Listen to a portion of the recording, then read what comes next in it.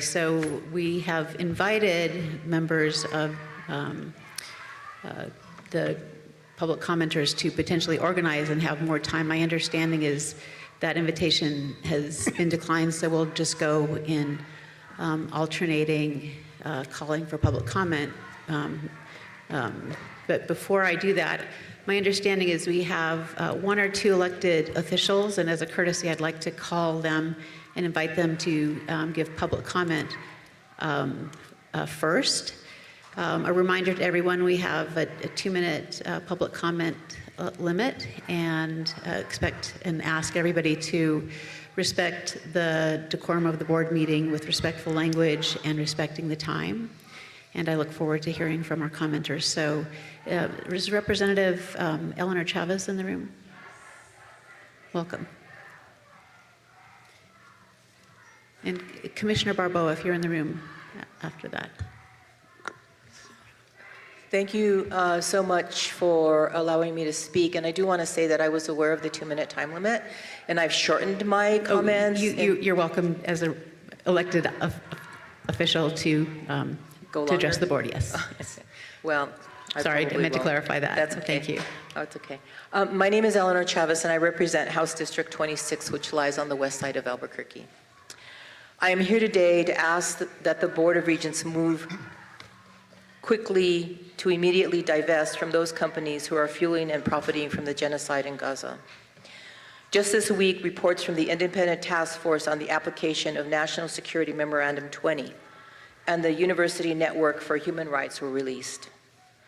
Both reports found more than credible evidence to support the fact that the Israeli government is intentionally committing genocide against the Palestinian people.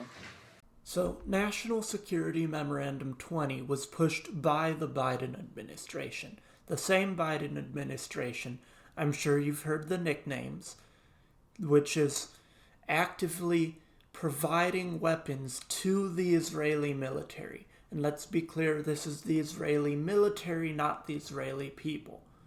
Just because the government does something does not mean the people of that country support that action.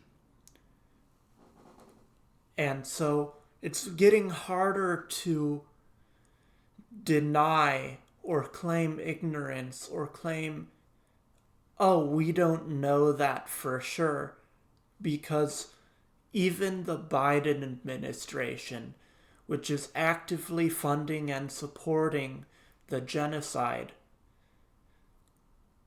is getting backed into a position where they're starting to have to take a stand for or against it. And you can see they're not wanting to take a stand for it because they know how that looks. They know what that would mean if they did. They know international law and what it says and what is illegal in international law, and they know what a war crime is. And so they're not going to want to be the ones supporting that, or at least they want to have something to point at and be like, see, we didn't support this. Actually, we tried to stand against it. Even as they're giving weapons to the genocide. We know that over 35,000 innocent civilians have been killed. This includes over 15,000 children. Hundreds of thousands have been injured, some with multiple amputations, and thousands more remain under the rubble because the Palestinians don't have the equipment to dig them out. Healthcare workers and journalists have been intentionally targeted, the healthcare system destroyed, and over 70% of homes destroyed. Let's think about that for a second, because I feel like people often, they don't stop to think about what's actually being said. 70% of homes destroyed. Not military bases. These are not combatants. These are not soldiers. These are not members of Hamas. unless you believe that every Palestinian is, by the fact of being Palestinian, a member of Hamas. And if you believe that, well, that would explain a lot, actually. But these are civilians who had nothing to do with any of the combat except by the fact that the Israeli military has dragged them into it. Universities, schools, mosques, and churches. Universities, schools, mosques, churches. Remember that.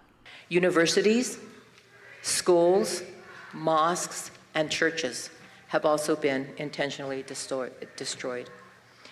The University Network for Human Rights report states, after reviewing the facts established by independent human rights monitors, journalists, and United Nations agencies, we conclude that Israel's actions in and regarding Gaza since October 7th, 2023, violate the Genocide Convention. The report goes on to state, Israel has committed genocidal acts of killing, causing serious harm to, and inflicting conditions of life calculated to bring about the physical destruction of Palestinians in Gaza. I also want to add that humanitarian aid has been restricted intentionally, forcing starvation on the people of Palestine. In 1985, the Board of Regents voted to divest from companies supporting apartheid in South Africa. Many students and community members were involved in that effort. UNM joined other universities and was on the right side of history then. I ask that this board have the courage to do the same again and to divest from those companies who are fueling and profiting from the genocide of our Palestinian brothers and sisters. We already know because, as I said, they're publicly available on their website. If you look up one of the funds that we've highlighted is a fund from BlackRock. It's an index fund, and it has holdings in Elbit Systems, which is the largest weapons manufacturer in Israel. In 2014, drone attacks. In 2014, Elbit Systems regularly uses or tests their weaponry, their new weapons, and especially drones on Palestinians. In 2014, they killed 8 drone attacks alone in one assault. That same year, bombs from Elbit Systems killed 4 children, Palestinian children, playing soccer on the beach.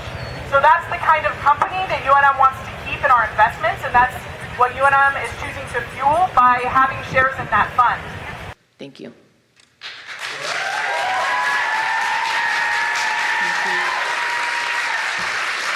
Is Commissioner Barboa in the room? Good morning, everybody. I'd like you to stop the timer if you don't mind. I'm actually here to lodge a complaint about the way that this open comment section has been structured. Please stop the timer. Thank you. First of all, I want to tell you that my name is Andre Montoya Barthelemy. I'm a physician. I'm a faculty with the School of Medicine here at the University of New Mexico. I was in the meeting on Tuesday with President Stokes, and in that meeting, she made a great concession to us. She decided that she was going to offer on behalf of the institution a disclosure of UNM Please start the timer. This is out of order. No, this is relevant. This is relevant to the complaint. It may be relevant, but it's out of order. Okay. We have public comment. President Stokes, during that meeting, you can start the timer if you like. During that meeting, you offered a concession. We're very happy about that. Disclosure would only be releasing those, confirming the ticker numbers of those funds and how much money UNM has in each fund. That's something that could be done in a day. That's something that is not a 3-month-long process. That is something that can be done in one day. So if UNM, it's completely disingenuous for UNM to say in 3 months we'll give you this information once you no longer have momentum. That's what UNM is trying to say. But you also offered a threat. You said at 5 o'clock we will no longer be overlooking the policy violations. We asked you specifically what that meant. You declined to tell us. And afterwards, the following morning, the police showed up, hospitalizing and arresting several of our protesters, our students, and 2 journalists. This is not the way to build constructive dialogue. I know that's important to you. This is not the way to mediate effectively in a constructive way. This is not the way to negotiate. When we show up and we receive a concession and a threat and then militarize police violence, remove your belongings and leave the area. this is not the way to treat your students. This is how it relates to today.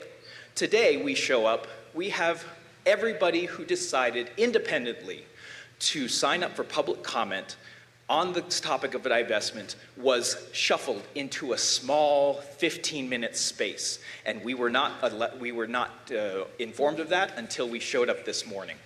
This is not the way to build constructive dialogue. This is not the way to engage with your students. This is not the way to build trust. And my impression is that President Stokes had no intention of doing so.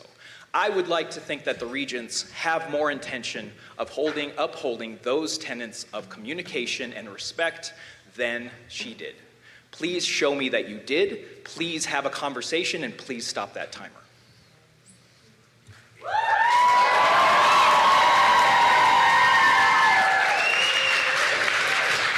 They're right. It doesn't exactly give you the impression that the university values free and open debate when they get the state riot police shuttled in on a university school bus to remove them from a public space because what they're saying is inconvenient, because the university has a financial interest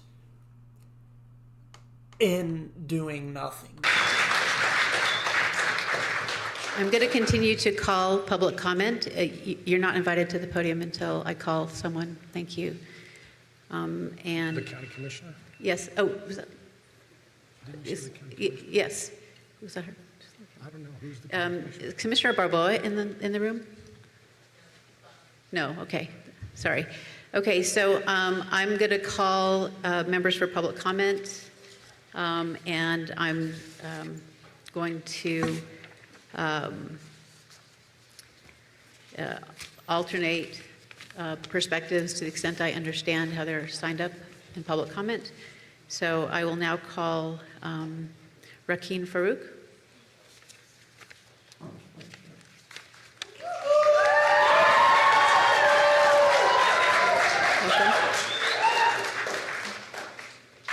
Thank you, Chairwoman.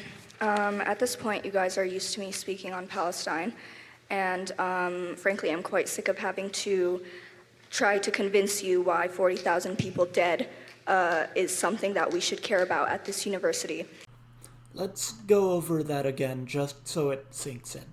Why 40,000 people dead, 40,000 people dead is something that we should care about at this university. Today I'll speak to you instead about what has happened to our students as of yesterday, the 76th anniversary of Nakba Day. On Tuesday, I was in a meeting with President Stokes in which I tearfully told her about how we have had comrades brutalized to the point of not being able to walk, to the point of broken ribs, to the point of concussions in which my friends are forgetting our names. And she said that there was not enough evidence for her to have said in the email that our students were hurt. Less than 24 hours later, she called the same riot cops to the camp. I have a comrade who was zip-tied so tight that when the police tried to take the zip ties off of her, they slit her wrist yesterday, and she was taken to the hospital. I have a comrade who was a hijabi person of color who forcibly had her hijab removed yesterday. We had journalists and photographers arrested with no charge beyond taking pictures of the camp, which is an astounding connection back to the journalists and photographers that are being arrested and murdered in Palestine every day. Our camp was ripped to shreds and burned in front of us, and our students were brutalized on the 76th annual anniversary of Nakba Day. So today I have lost words. Time. Their blood is on your hands.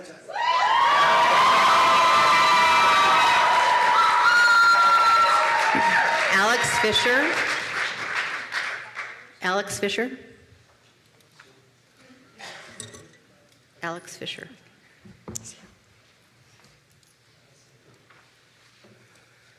Hello. I'm a PhD student in the Physics and Astronomy department here at UNM. I'm also the author of the open letter to UNM against divestment from Israel with over 300 signatures from UNM students, faculty, staff, alumni, and other community members. UNM should not take formal action against Israel because not only would it fail to help end the suffering of Palestinians in this war that Israel did not start, that its enemy started on October 7th.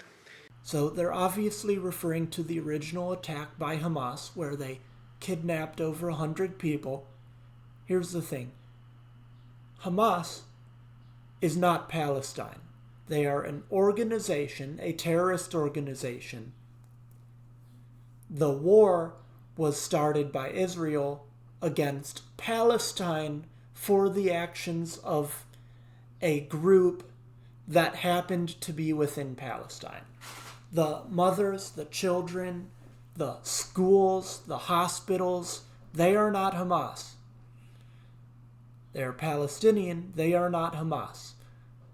They are only the enemy if your goal is genocide. It would also harm UNM and its ability to serve its essential functions as a university. The core purpose of a university is to provide a place for people from many different backgrounds to come together and learn from each other and produce new knowledge.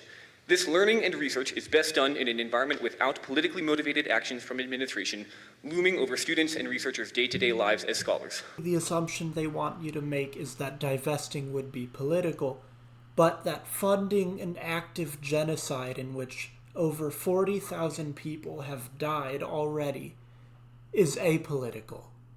I, for one, am very proud of the fact that in my department, there are students and faculty from many different backgrounds in different countries who surely have very different opinions about Israel than myself. When we come to the university to do physics, we put aside any political differences we have, and we only care about what we have in common. There are people, students at UNM right now, whose families are actively being murdered. It is our shared passion for physics and our desire to learn from each other.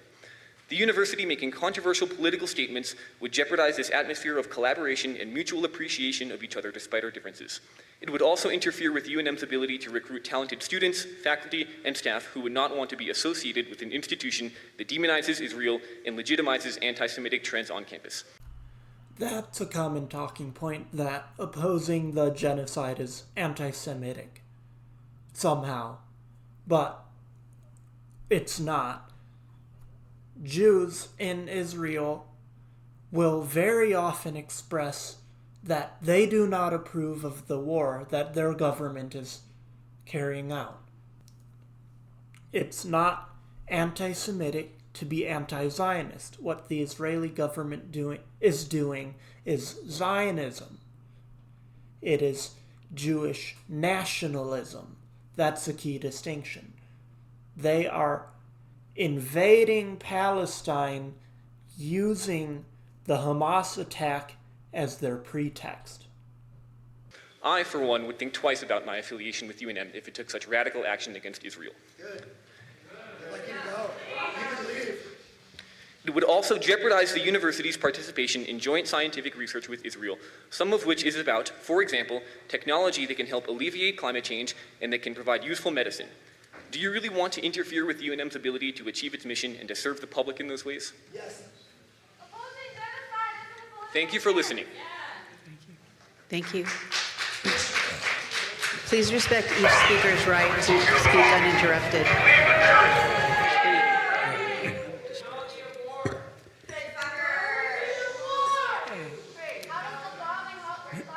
No.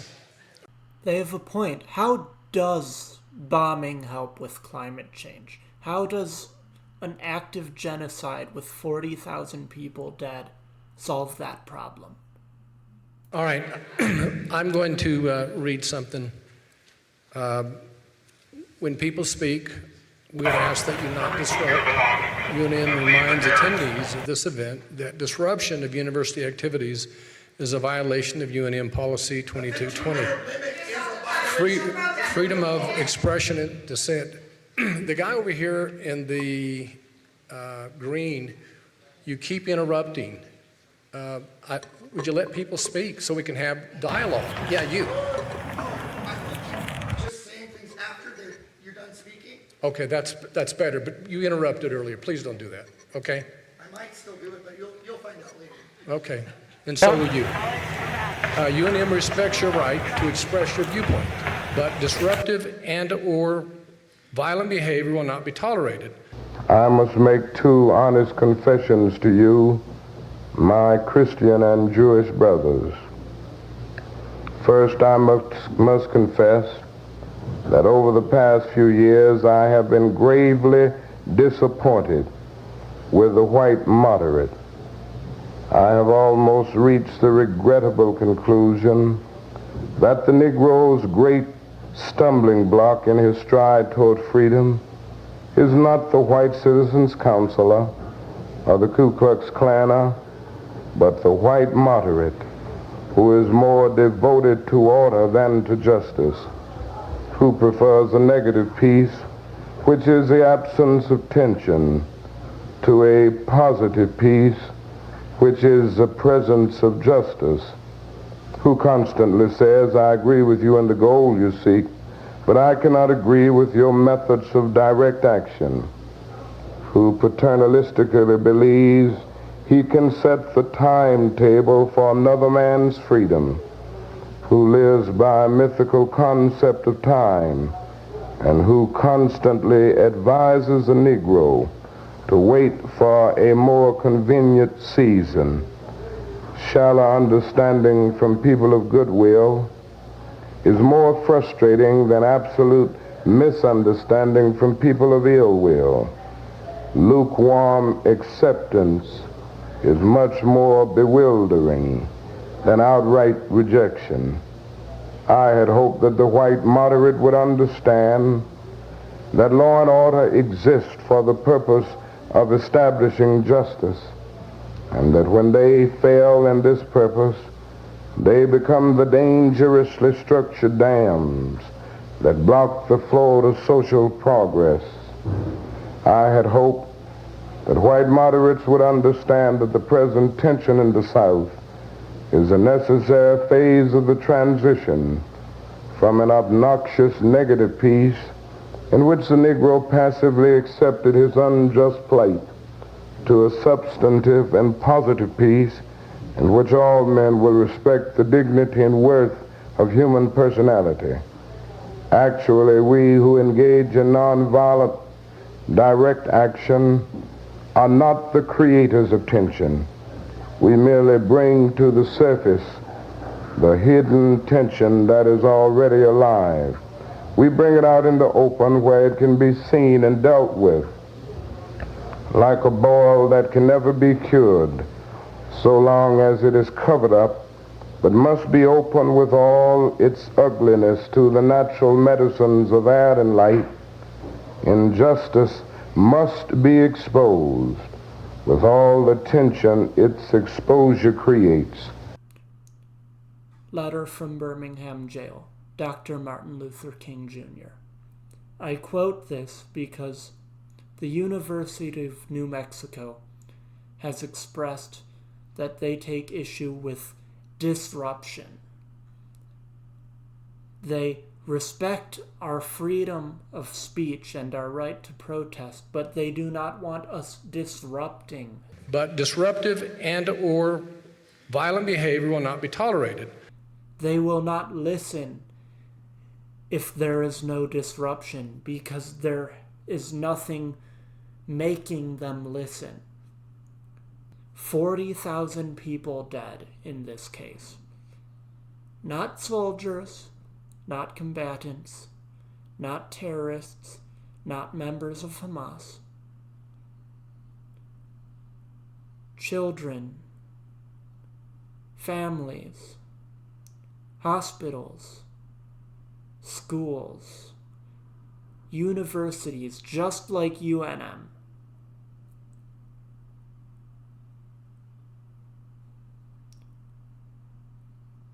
but they're unwilling to take a stand.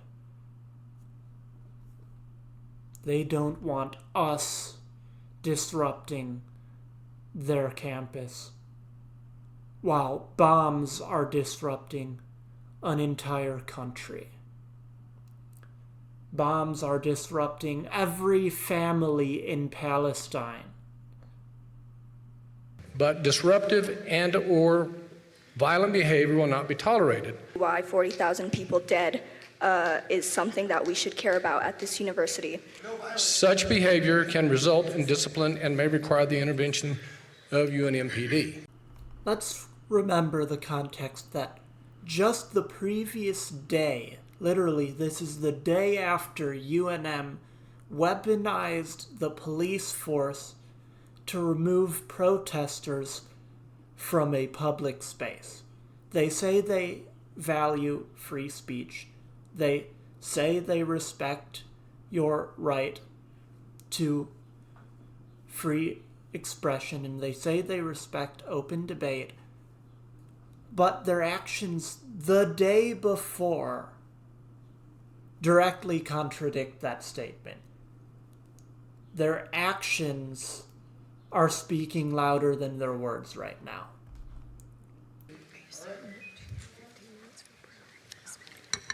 Hakeem Bellamy.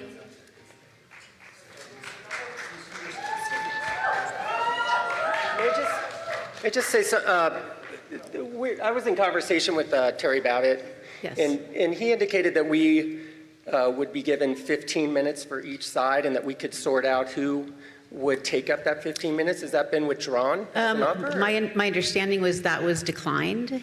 No, it is not. Our side has not declined Okay, do you have that. a, do you have We a would like to, spokesperson? yes, we would like to select the people who eat up our 15 minutes, please. Okay. Okay.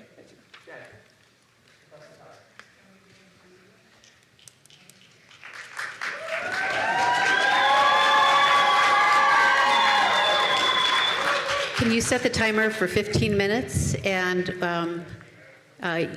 Ernesto, you'll have the floor for 15 minutes. You can coordinate how you use it. So start the timer for 15 minutes, please. I'm Jennifer Tucker. I'm an associate professor in the Department of Community and Regional Planning. I'm also an associate dean for academics and curriculum in the School of Architecture and Planning. And I'm here today as someone who has met individually with President Stokes and heard the concerns of the administration, and also someone who's in deep solidarity with the students who are taking a principled stance against the atrocities that are being committed in Gaza. And what I want to speak about today is what meaningful dialogue looks like. And I want to share from my expertise as a scholar of urban inequality and struggles for social justice, which is that we know historically there are different modes of participation. The scholar Faranak Miratov identifies invited spaces of participation, which are formal, and invented spaces of participation, which are spaces that communities make for themselves when the invited spaces of participation are inadequate. And what we have seen is that the invited spaces of participation are inadequate. There is a lot of hurt and frustration that the initial contact between administration and students was calling the police in the student union building. This creates an environment of deep distrust, and I do see the administration potentially changing course. It's not clear to me yet if this is sincere. I hope that it is. President Stokes said to me personally that she's listening. There is an opportunity to create meaningful dialogue. But please know that if the invited spaces of participation are inadequate, there will be invented spaces of participation. And social movements historically win positive social change through disruption. Martin Luther King spoke to this very eloquently when he said his problem with the white moderate is that they agree with our ends, but they have a problem with our means of direct action. The white moderate who is more devoted to order than to justice. So historically, movements for social change are disruptive. There is a possibility, and the onus is really on this group of people to create meaningful spaces of invited participation. Thank you.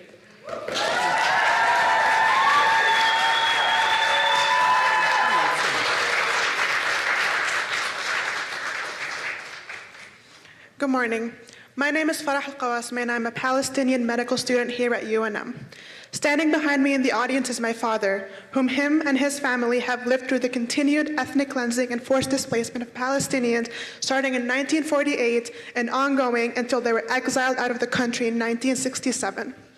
Although I was robbed of my ancestral birthright of being in Palestine, I am nonetheless grateful to be standing in front of you today. To give you some background, I was born overseas and moved to Albuquerque a few years ago. There are parts of my experience here as a Lobo, as a current medical student, and as a previous undergraduate student at UNM that made me feel like I belonged here. Phrases like "one of us defines all of us," or acknowledgments of UNM being a native Tiwa land made me feel like I was part of a community that honors, respects, and protects its students and the indigenous land that we are on. That being said, I am angry at the way that you have treated your Palestinian students since the most recent genocide on Gaza and overall the constant settler terrorism in the rest of the occupied territories in Palestine. I am asking you, the Regents, what have you done to protect your Palestinian students? What have you done to ensure that we are safe and welcome on campus as we are watching thousands of our people being brutally murdered? Have you considered that perhaps some of your students are from Gaza? That they have lost family members? Of course, I'm not referring to the vague, here's how you can reach the local psychiatrist at Shack. Since October, I've participated in various efforts to communicate with you about the struggle that my peers and I have faced on campus. Protests, flyers, educational material, public comments, and so much more. Yet you failed to mention the very thing that we are protesting in your emails to your student body. Even if I try to understand that UNM, quote, should not serve as a political tool to express institutional opinions on intricate social and geopolitical matters, how can you invest in the systems that are causing the very thing that we refuse to even name? These three large management firms, BlackRock, Vanguard, and State Street, are primary shareholders in almost all of the companies that have been named as being complicit in the genocide of Palestinians. I will name it for you. You are investing in a racist apartheid regime that is committing a genocide in Gaza. In that exact same fund, there's holdings in ICL Group Ltd, which is a company that produces white phosphorus. It's an Israeli company that produces white phosphorus. Israel uses white phosphorus from this company, and white phosphorus can burn through bone. It's extremely dangerous when used in that way, and it's been dropped on areas with a high density of civilians in Gaza. So these are companies doing horrific things that UNM has direct holdings in. This is not my personal opinion, but that of experts. I will conclude by saying that historically students have always been on the right side of history. And today we stand as a moral army on campus. You decided to take down the Solidarity Camp on the 76th anniversary of the Nakba. This is a reminder. This is a reminder that the settler colonial mentality remains deeply rooted today. It is absolutely a moral injury being a member of the university that would rather brutalize and oppress their students than support their Palestinian students. You must divest from death.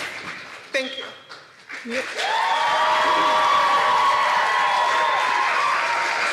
What's the time? Hello? Just a second. Where are we on time? We have 10 minutes. We're at 10 minutes? 10 minutes. Okay, 5 minutes In. left. Okay.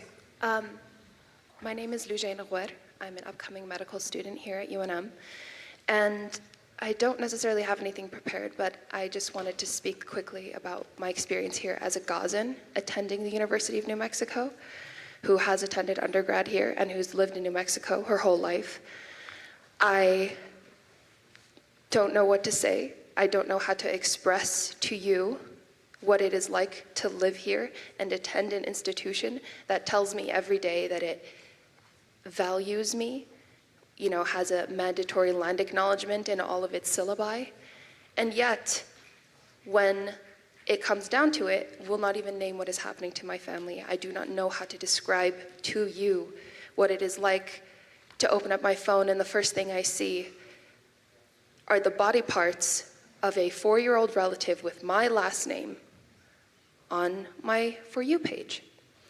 I don't know how to describe to you what it is like to then go to work, to go to school, and pretend like I'm fine, like my family is not being killed every single day. I don't know how to express to you that your inaction speaks louder than anything else. I am asking this university, as a Gazan, as a New Mexican, as an upcoming medical student, as someone who you have told me that you value me, divest from apartheid. You have done it in the 80s, you can do it again. I promise you, this is a decision that will reflect positively at UNM in the future. I don't know how else to ask. Divest from apartheid.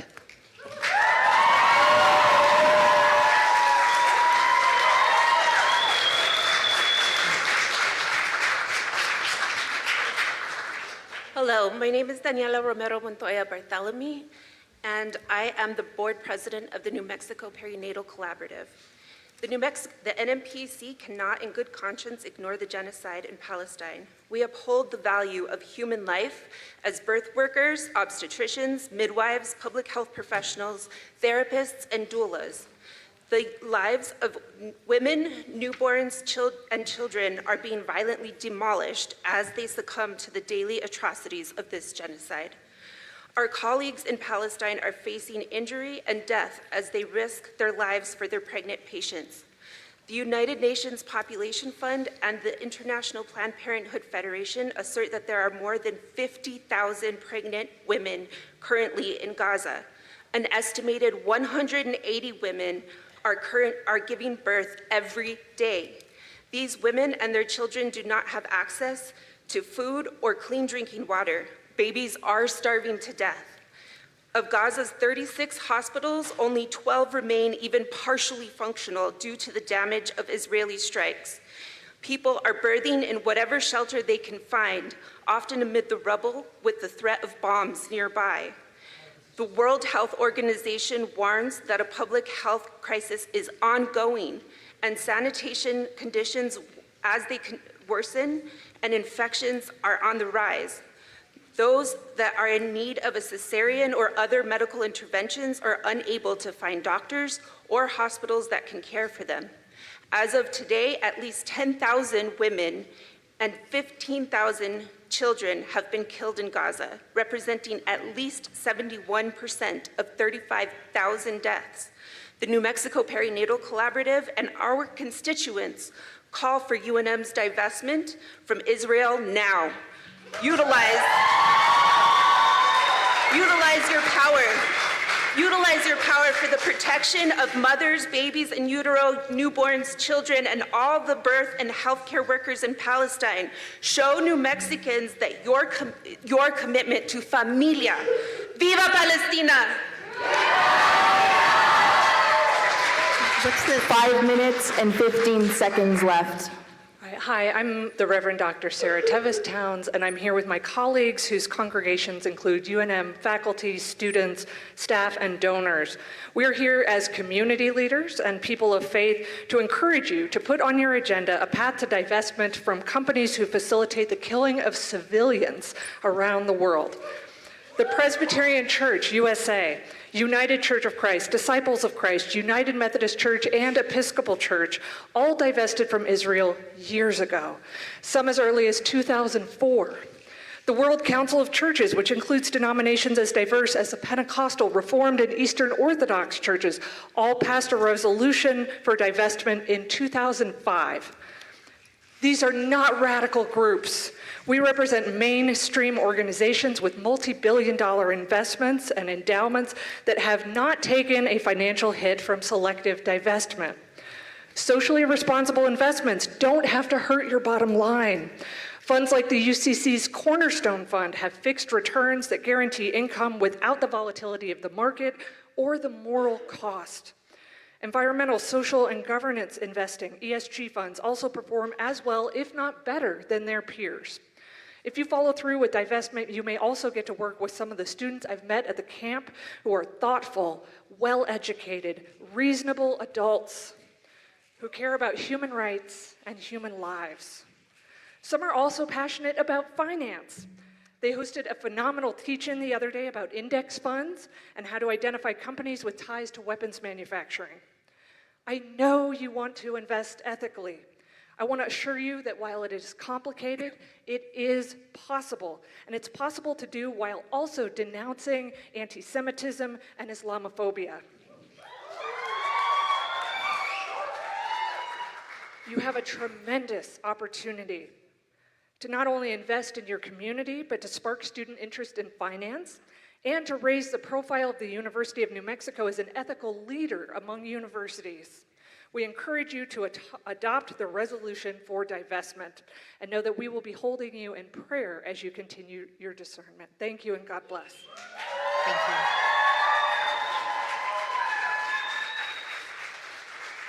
Time? 2 minutes and 45 seconds left. Sounds good.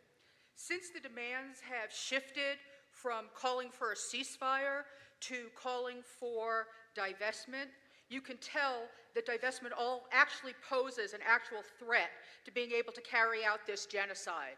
And one of the ways we know that is because of the increased and insane accusations of anti-Semitism that are going there in the press, and every university is bringing them out. But neither a call for a ceasefire or divestment is in any way anti-Jewish. In fact, Jewish values are for peace and for equality. You've all seen our JVP shirts, the JVP Jews for Ceasefire. You've seen them in the newspaper. You've seen them at all of the events at the Statue of Liberty. My t-shirt, another Jew for divestment. I wore this t-shirt every day down to the encampment. You would think I am branding myself as a Jew, and you would think if I was walking around in a crowd of anti-Semites that I would know it. And not, in fact, at all.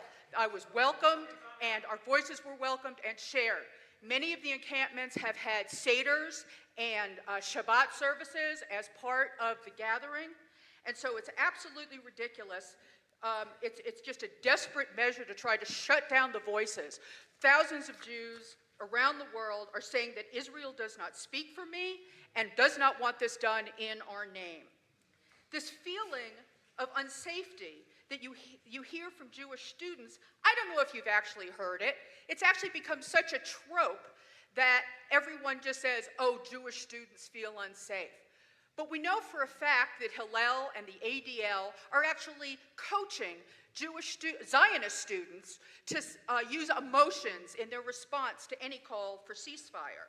And in fact, nobody can tell the difference. They're confusing feelings of being unsafe with feelings of being uncomfortable. And no one should be comfortable when faced with a genocide. 30 seconds left. 30 seconds left. My name is Camilla Allison. I'm a recent law school graduate and a founding alumna member of Law Students Against Imperialism. I would like to talk about contradictions today. I don't know how much time you will grant me, but two in particular stand out as particularly salient in this moment. First, illegality. The UNM administration and university administrations around the nation are calling in riot pleas to brutalize students and faculty who are protesting the fact that US-made weapons have demolished every university in Gaza and exterminated tens of thousands of Palestinians since October of 2023. Under the Leahy Law of 1997, it is illegal for the United States to send military aid to a country engaged in systematic human rights and international law violations, as the country of Israel is. And this is not my opinion, this is the opinion of experts. We all know that the US is the largest military aid supplier to Israel, sending an estimated $130 billion to the colony since its inception. But since October 7th, Butcher Biden has sent an additional $14 billion in military aid to the occupation forces. This includes Hellfire missiles and bunker buster bombs, which have dismembered children and destroyed every inch of infrastructure in Gaza, from homes to hospitals to churches and mosques. So while our president is actively and knowingly committing violations of law by arming a state that is committing genocide, students are demonized, arrested, and incarcerated for exercising their constitutional First Amendment right to protest their university's financial ties to these weapons manufacturers. I'll end it there. Divest now. Thank you. Thank you. Time is up. Time is up.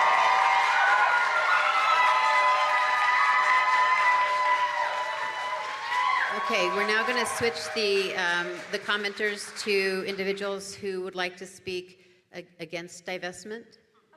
So, I have some questions about the investment policy. It's not for or against. I just have a public comment that is asking questions about where your investments go. so I'm going to move on to the people who've signed up to speak against divestment, but we're not going to answer questions right now. So, because we're listening to public comment. So, It's a public comment on the investment policy for the UNM Foundation. okay, I'm going to call the investors, the speakers. Madam Chair, if someone could just make themselves available to her to answer the questions, Yes. perhaps after the meeting, that would be. Thank you, Victor Riz. Yeah. This is a neutral question. Yeah. And I was hoping to ask it. Can So, I go after the yes, we'll make someone available to answer your question afterward. I appreciate it. Is Shoshona Alder Jaffe? Followed by Leonardo Ariola.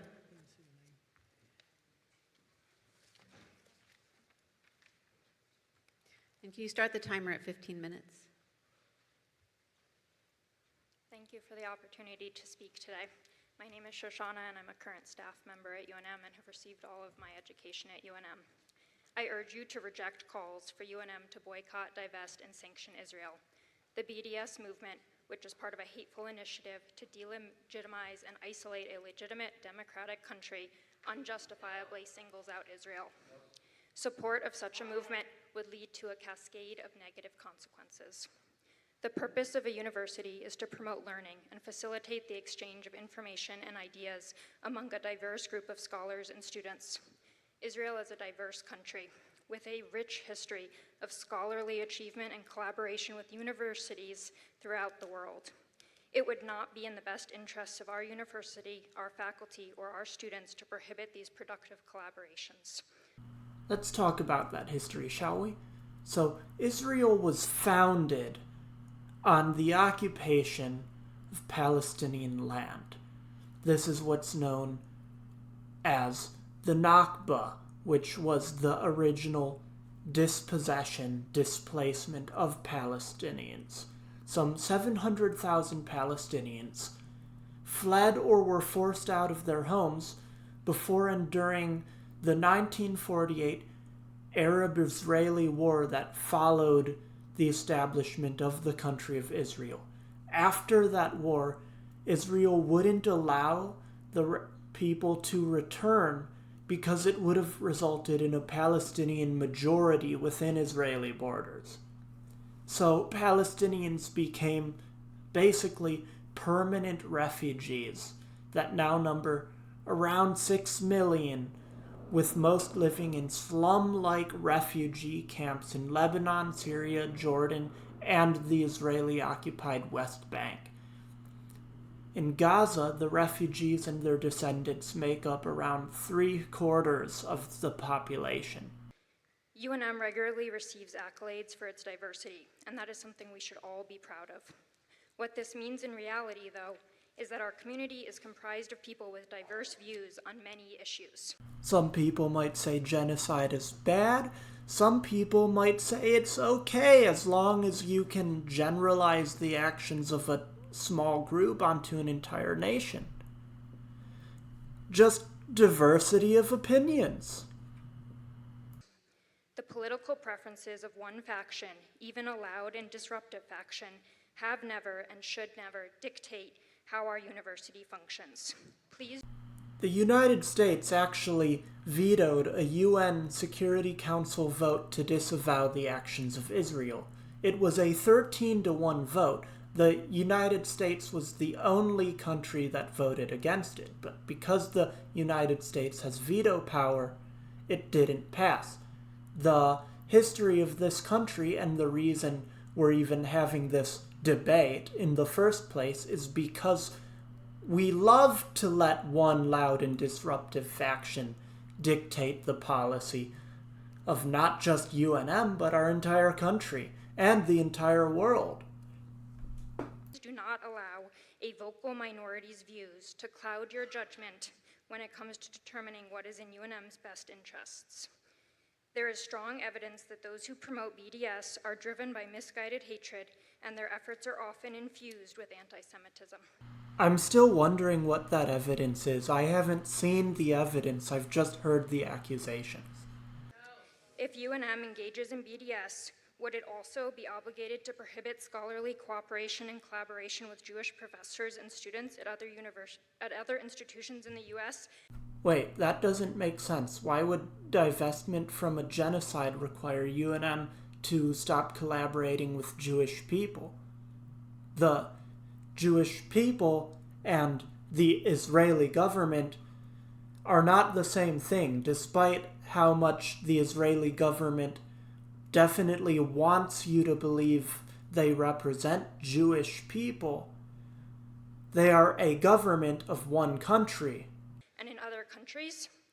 Would UNM be barred from doing business with entities that are owned or managed by Jewish people?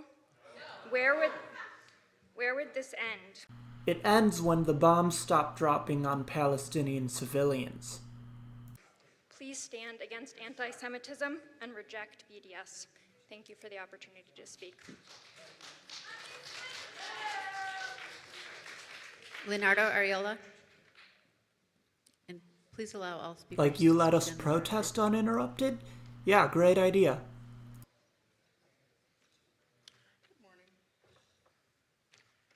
I would like to remind the people behind me that none of us have been disrupting them, so if you could afford some common decency.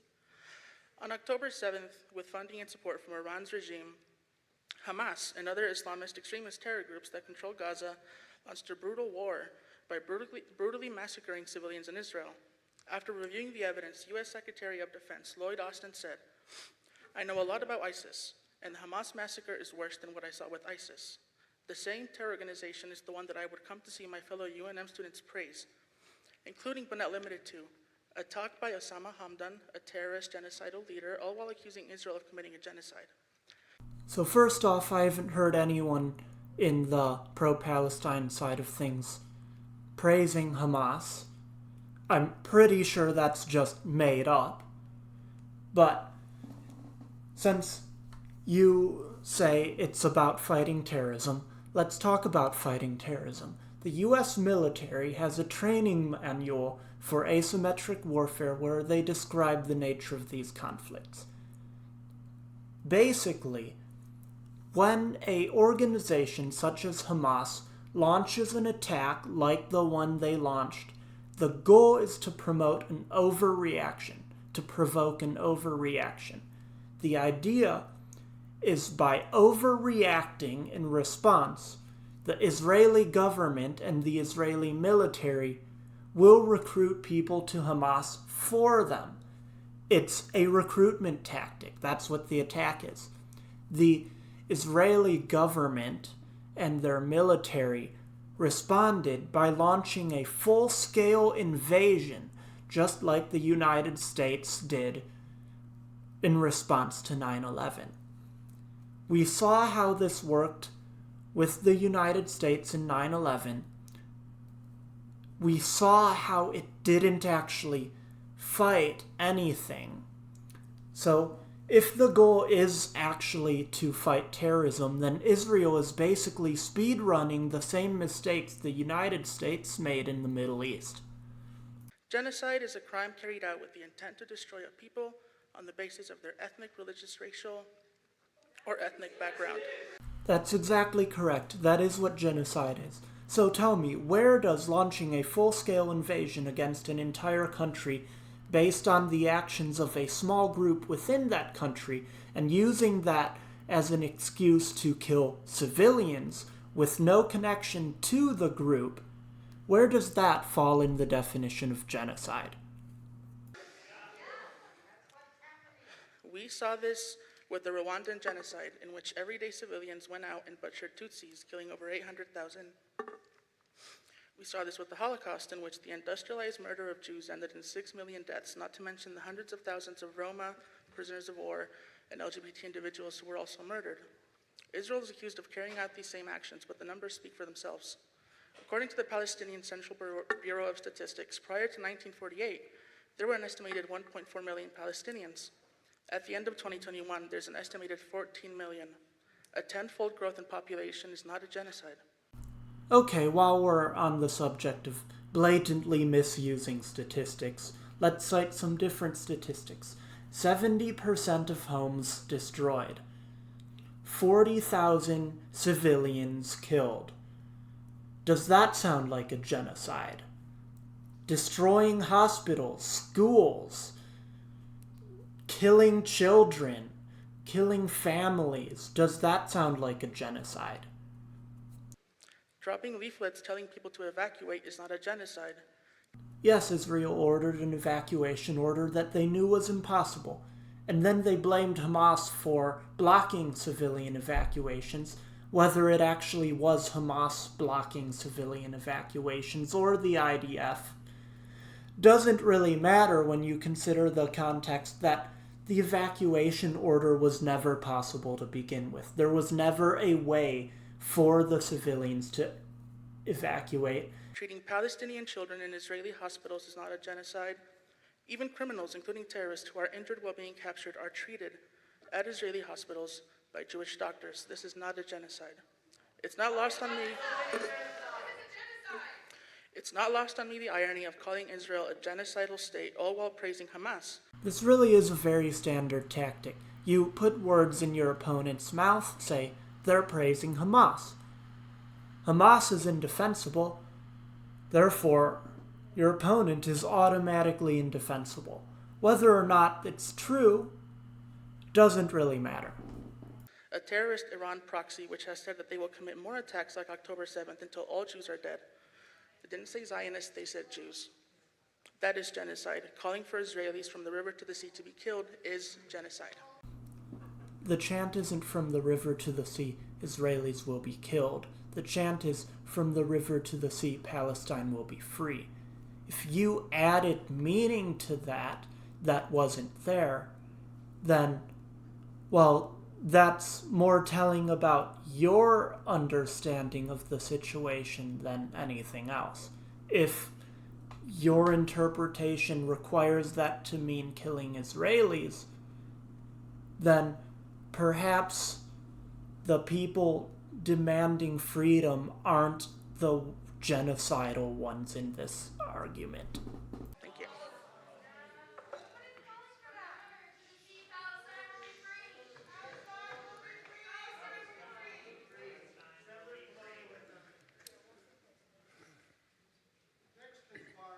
Who's next? That's Sarah Koplik. I can speak next. It's a little bit, not quite expecting this. So I'm the director of the Jewish Student Center, and I'm here to thank you all for taking decisive steps to turn down the vitriol and enforce university regulations universally for all students. This is crucial for our tiny community, which is only 1% to 2% of the student body. One of the previous speakers was just appealing to the board not to let a vocal minority dictate university policy. Now, if we apply that consistently, then the board should reject what this person says outright based on the fact that they are only 1% to 2% of the school. Now, that's obviously unfair. We shouldn't ignore people just because they're a small group, and I agree. So why are we making arguments based on ignoring certain people who happen to be a small group, but not other people who are a small group? Because one group is having their families murdered, and the other is uncomfortable because a government is being criticized. Every single Hillel student who walked into our door this year described witnessing or experiencing anti-Semitism. Walking to their finals last week, they passed chalk slogans proclaiming, "Globalize the Intifada," "Zionism is a disease," and many other common hateful phrases. There it is. Zionism is a disease. Once again, we're drawing an equivalence between anti-Semitism and anti-Zionism. That threaten Israelis especially, but also all Jewish students who care about Israel, the indigenous homeland for our people for 3,500 years. Or 76 years, but who's counting? The center of our religion, our culture, and our ancestral heritage. This comprises the vast majority of American Jews, between 80 to 85%, according to one Pew study. But the slogans, honestly, are nowhere near as pernicious as professors who openly state their hatred of Israel and of Zionism. Zionism is simply the idea that Jewish people deserve self-determination and a homeland. Well, that's the PR soundbite version. According to the Encyclopedia Britannica, Zionism is a Jewish nationalist movement that has had its goal as the creation of a Jewish national state within Palestine. Just like every other people on this earth, it does not negate Palestinian self-determination as well. Tell that to the Palestinians who were forced out of their homes during the Arab-Israeli War. There is enough for both people living side by side. Yet when Israel was founded, they kicked out Palestinians to maintain a Jewish majority. And I want to be clear here. I'm not opposed to Jews having self-determination, and I do agree that there is enough for Israelites and Palestinians to live side by side. So why did Israel's, in its founding, feel the need to kick Palestinians out of their homes? If you want to point the who started what, you want to play the who started what game, we can do that. As far as ethnic cleansing goes, there are more Jews in Albuquerque, New Mexico than there are in the entire Arab Middle East right now. So please, let's pull back. At UNM, full departments have proclaimed their solidarity with the protesters' false equivalencies and hate-filled demand. What false equivalency? The false equivalency between anti-Semitism and anti-Zionism? And what hateful demands? The demand to please don't blow up my family? That seems like a pretty basic thing to ask. Let's be real here. The demands are pretty simple. It's stop bombing the Gaza Strip. It's don't blow up women and children. It's allow humanitarian aid into a country that's currently experiencing widespread famine. These are not hateful demands unless you think the existence of Palestinians is hateful, in which case it's still not the demands that are hateful. As a result, Jews stopped speaking in class. They changed majors, they switched to online classes. Yarmulkes are hidden and stars are tucked away. 2 freshmen were so terrified by the days of rage that they literally sheltered in place and did not leave their dorm rooms for 24 hours each time this occurred. In the past few weeks, we were shocked to see death threats to you, to senior administrators posted online, as well as classic anti-Semitic tropes used against President Stokes herself, the glorification of October 7th, and even an invitation to a webinar by a senior Hamas terrorist. All of this was sponsored by groups leading the protests on campus. More unverified accusations because, again, the tactic is to associate the anti-genocide protesters with pro-Hamas, which are 2 very different things. But, again, the truth doesn't matter when you're talking about nationalism. We are horrified. The protesters want you to think that their goals are moderate and peaceful, but they're not. Again, let's remember that the United States was the only country in the United Nations to vote against disavowing the actions of the Israeli military. We were the only ones in the entire United Nations. So I think it's a pretty moderate position to take, to side with every United Nations member except 2. The UK actually abstained, so it didn't vote either for or against. You can't call for peace on one side and wiping out the state of Israel on the other side. Misguided academic apologists for terrorism harm all of us. Thank you. And now I'd like to ask Savannah Gallegos to speak, please. Please allow the speakers to speak uninterrupted.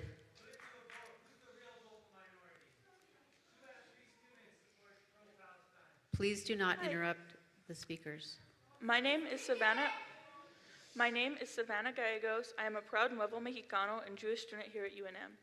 I'm here to tell you that as a Jewish student, I do indeed feel unsafe.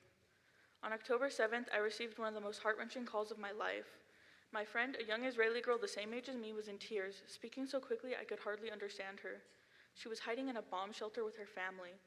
Normally, this would not be surprising because if you know anything about Israel, you know that this is a common occurrence for the average citizen. This time was different, however. As she cried, I scrolled through the news, devastated when I saw that an ongoing massacre by Hamas terrorists was taking place, and worse, it was close to the kibbutz my friend lived in. The call ended, and I spent the next few hours anxiously texting her and all my other Israeli friends, dreading their name might be added to the growing list of those murdered or kidnapped. Luckily, she was safe, but I won't ever forget her fear or the way she cried when she later recounted how her cousin, a young Israeli-Peruvian doctor visiting on holiday, was brutally murdered. Hamas kidnapped 252 people. In response, the Israeli military killed 40,000. These are both tragedies, but one of them is a much greater scale. Yes, 252 people is a lot of people. Yes, the Hamas attack was horrible. No, the response is not justified. The next morning of October 8th, I was greeted by the sight of some of my fellow students openly celebrating this massacre. They called for a globalization of the violence that occurred and praised the men that had killed, brutalized, and raped over 1,200 citizens and kidnapped an additional 250. Online, it was impossible to escape images and videos of young women bleeding through their pants as they were forced into the back of trucks, of corpses being paraded in the streets, of cars with people inside being lit on fire. The contrast between the fear and mourning my own inner circle was experiencing and the celebrations I saw outside felt unreal. But it was, and for the first time in my life, I felt as if I was a Jew before I was a student, a New Mexican, and a human being. Something I've often heard in response to the criticisms of these protests is that students are always on the right side of history. This past weekend, I was blessed to be able to visit the Museum of Jewish Heritage in New York City. While there, I learned more about the events that led up to the Holocaust, how the society around it allowed it to occur. Before Nazi Germany implemented legal measures to isolate Jews, it was the populace that enacted the bulk of its hate. One damning example of this was in colleges, where students took it upon themselves to harass Jewish students and physically prevent them from attending. I can't help but wonder, do these organizing still believe students are always right when confronted with cases like this? When I learned of this, I immediately thought of Columbia University, where the trend of solidarity encampments began. The same university where student protesters intimidated, harassed, and barred visibly Jewish students and teachers from attending courses, so much so that a university rabbi had to beg them to stay home for their own safety. Every time there's a movement like this, it's always the same reactionary rhetoric attempting to vilify the protesters. BLM rioters, they're just trying to undermine the fabric of society and impose anarchy. These pro-Palestine protesters trying to stop a genocide, they're actually anti-Semites threatening and attacking Jews.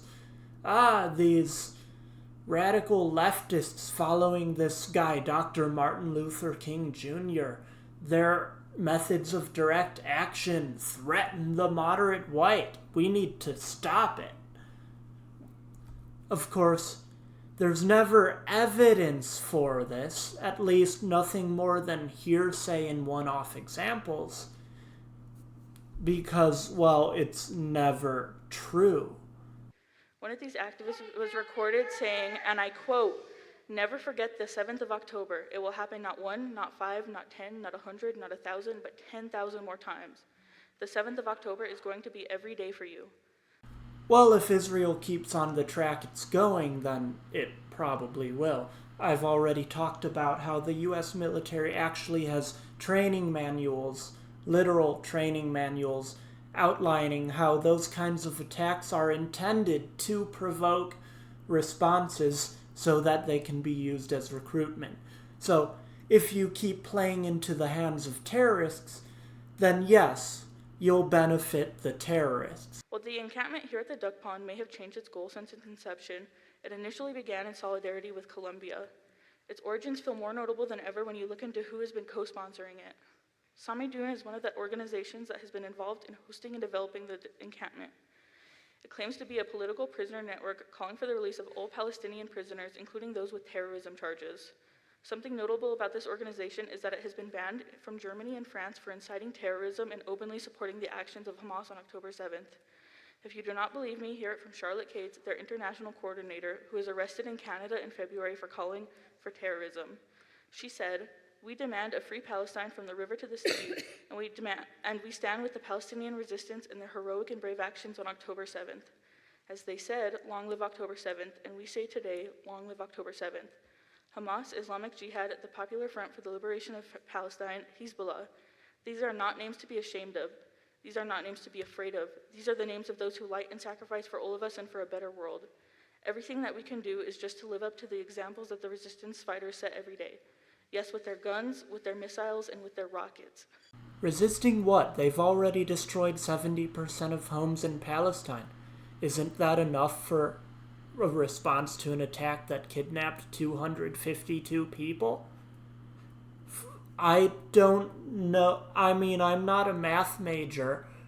I could be wrong, but I'm pretty sure 40,000 dead is greater than 252. Sami Dune Albuquerque has since affirmed that they stand by these words, and Kate stands. Leaders of the encampment have since stated that they have shut down anti-Semitism when it occurs and that they invite Jewish students to visit the encampment. But I must ask, how can Jewish students here feel safe or comfortable when these are the words echoed and affirmed by many of their members? I've been to the encampment multiple times. I wasn't there the entire time, but I've been there multiple times. And I never heard any glorification of Hamas. And I do know that it's a common tactic to put words in your opposition's mouth when you want to vilify and discredit them. So, I can't definitively prove they didn't say that, but we live in a country that values the idea innocent until proven guilty. So I'm going to go by the evidence or lack thereof that I've seen and say this is not true, that they're not glorifying Hamas. Again, in war, the first casualty is the truth, and Israel absolutely does see this as a war they intend to win. How do we go about our day knowing that there are people who celebrate it and want a continuation of what was the deadliest day for Jews since the Holocaust? I will leave you with this. I am a strong believer in free speech. I fully support the First Amendment right of my fellow students to protest as they see fit, safely and securely, regardless of whether we agree. Universities are supposed to be a crossroads for different ideas and beliefs, and disagreement is a necessary part of the process of developing your own ideals. Personally, I am not here to ask you to adopt my position, to support Israel unconditionally, or to become a Zionist. Instead, I am going to ask that you continue to uphold UNM as a safe space for differing beliefs, including those aforementioned. Including genocide is okay as long as we have the right excuse and can pin the blame on someone. Because this absolutely is a genocide. You can try to use bad statistics and change things around, but it's a genocide, plain and simple. There is no way around that. You can only muddy the waters. I'm asking you to commit to a de-escalation of the current atmosphere that is intimidating Jewish students and faculty, to adopt anti-Semitism sensitivity as a part of mandatory staff training, and to be firm but neutral in delivering consequences for violations of school policies. Before I leave, I think it's also important to note that every Israeli student at this university has since gone home because they would rather endure the ongoing threat of being bombed in Israel. Wait, the threat of being bombed in Israel? I mean, Israel was attacked by Hamas. Israel does have enemies who want to attack it. Israel is not currently on the receiving end of a full-scale invasion. So, calm down just a little bit. What makes the 252 Israelis kidnapped more important than the 40,000 Palestinians killed? Than suffering the isolation and tension on this campus. Actually, we who engage in nonviolent direct action are not the creators of tension. We merely bring to the surface the hidden tension that is already alive. We bring it out in the open where it can be seen and dealt with, like a boil that can never be cured so long as it is covered up, but must be open with all its ugliness to the natural medicines of air and light. Injustice must be exposed with all the tension its exposure creates. Thank you for your time and thank you for giving us the peace to talk. I appreciate it a lot. Adam Heck. 1 minute and 30 seconds left. Adam Heck? Or? Welcome. Good morning. My name is Fran. It's my understanding that UNM is committed to offering a safe campus to all students.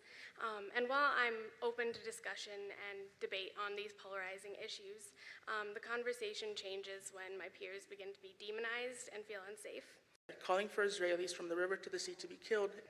2 freshmen were so terrified. The intended message has shifted to one of violence. Professors who openly state their hatred. Driven by misguided hatred. All while praising Hamas. Classic anti-Semitic tropes. Infused with anti-Semitism. People who celebrated and want a continuation of what was the deadliest day for Jews since the Holocaust. Used by terrorist organizations such as Hamas. Not 1, not 5, not 10, not 100, not 1,000, but 10,000 more times.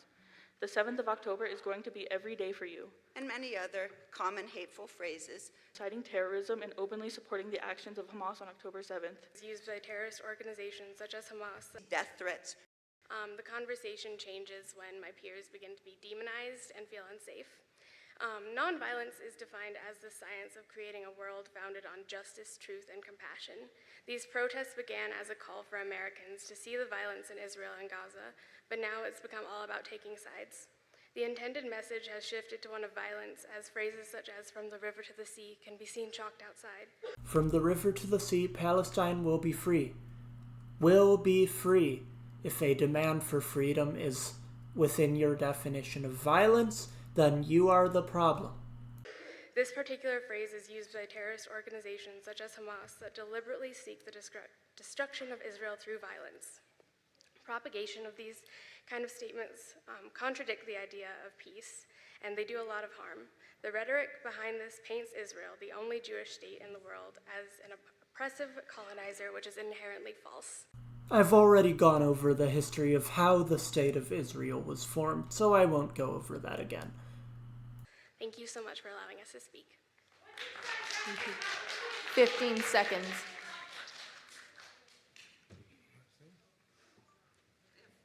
A few seconds. So I just want to thank you very much. We really appreciate, we know this is terribly difficult on you, and it's been particularly difficult with the number of protests, but thank you so much.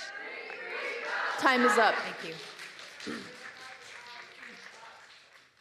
So I have a number of public commenters on topics that I interpreted as the campus environment, and I will call those speakers up, and each one will have 2 minutes, and then we will conclude public comment.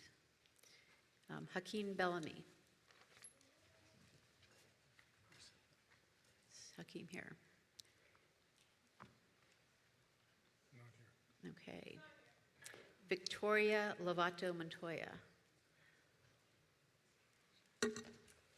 Oh, she already spoke, okay. Okay.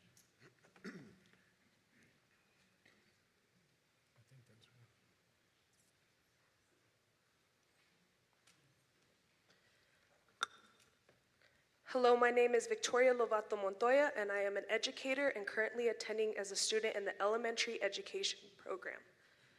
Schools are supposed to be a safe space for students. UNM has declared that they will remain neutral and silent during a genocide currently happening in Palestine and wants to remain neutral in all social and geopolitical matters. Because UNM has taken this stance as an institution does not mean that students and surrounding community members need to be neutral or silent. We will not be silent during a genocide, but UNM is silencing students by refusing cooperative dialogue, giving bare minimum when dialogue is set, and threatening and carrying out direct violence against students and community. The narrative that unsafety that you say that students are feeling due to the encampment is probably a projection of the feeling of unsafety that you are making the university feel for students and surrounding community members. Students and community members have been incarcerated, banned off campus, hospitalized, and traumatized. If UNM cares about safety and accountability, they will drop the charges and disclose and divest. We have a privilege to be able to discuss these atrocities. There is an immediate need for UNM to divest, and there is a general lack of safety for me as a student to speak out about my beliefs. Thank you. Is Camilla Allison?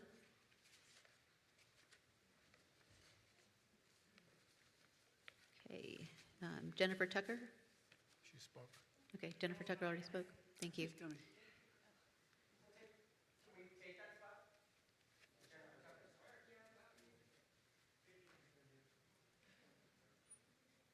Sure. Mrs. Professor.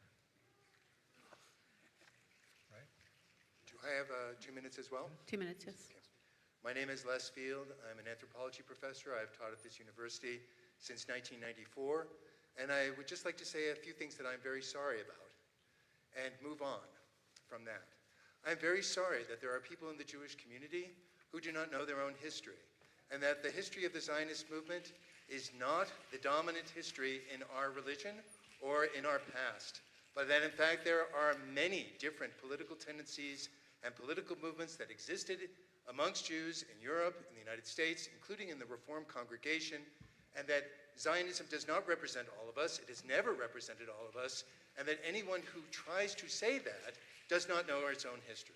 I'm sorry for people who do not know the history of the United States, and that in fact it was Dwight Eisenhower who first showed Israel that it could not get away with genocide and with occupation in Gaza in 1956, and forced the United States to remove itself, forced Israel to remove itself, as well as Britain and France, from its occupation of the Suez Canal, and that the last US president to withhold aid of military nature from Israel during a period of equal brutality was Ronald Reagan.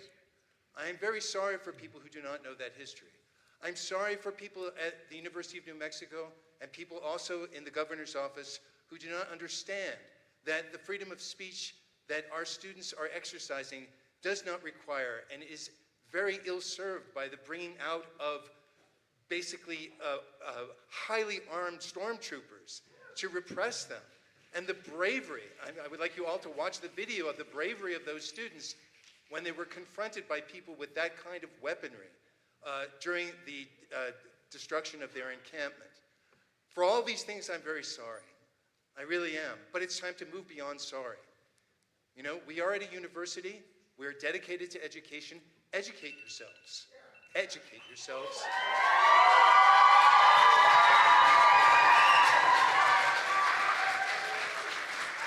Is Iris Keltz? Is Iris Keltz here? Okay, either Revilla or Revia? Revia, welcome. I had a speech, but I was expecting that we would all have our 2 minutes. You will have your 2 minutes. No, but I meant everybody, but that's not being respected. All I have to say right now is that those asking for divestment are asking you to stop funding the war machine. That's what we're asking. We're asking you to respect the treaties that this university has made between the rightful stewards of this land. And that I'm disgusted at the fact that you send riot police to harm our students. I teach here. I care deeply about these students. I don't care how they identify. But I think sending riot police was unnecessary. I'd also say that it's important for you guys to have actual dialogue with us, not claim that you're trying to. And if you're not able to do that, you don't deserve these positions and should resign.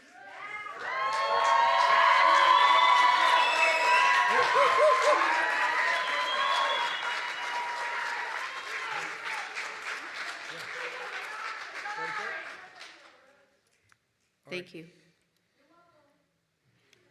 All right. I appreciate all the dialogue, and I think we're done. I move to adjourn. Is there a second? Second. All in favor say aye. Aye. Aye. Opposed? Okay, we're adjourned. Thank you.